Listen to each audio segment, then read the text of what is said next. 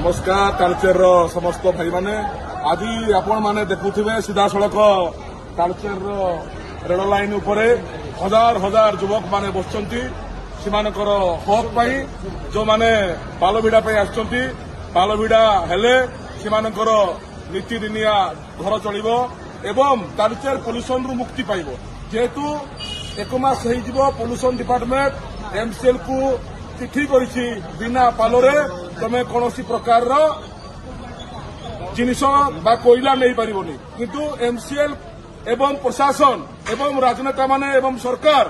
मिसिकी ए नियम को सीधा सड़क बेखातिर करुछंती। आपण मान देखंतु आज तालचेर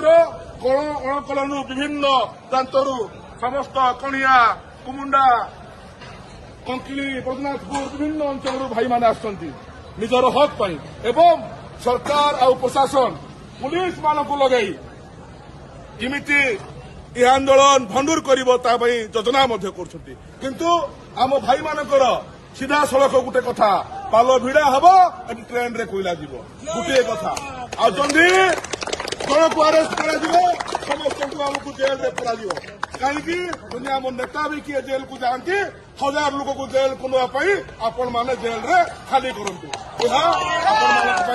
निहाती एवं तालचेर भाई माने आपण माने को अनुरोध करा जाउछि आपण माने समस्त आसी आंदोलन में सहयोग करंतु एवं आंदोलन को किपरि भाव में आमे मजबूत करिबा एवं पुलिस प्रशासन को किपरि भाव में आमे जवाब दबा ता चिंता करिबा। जय मां हिमुड़ा जय जगन्नाथ।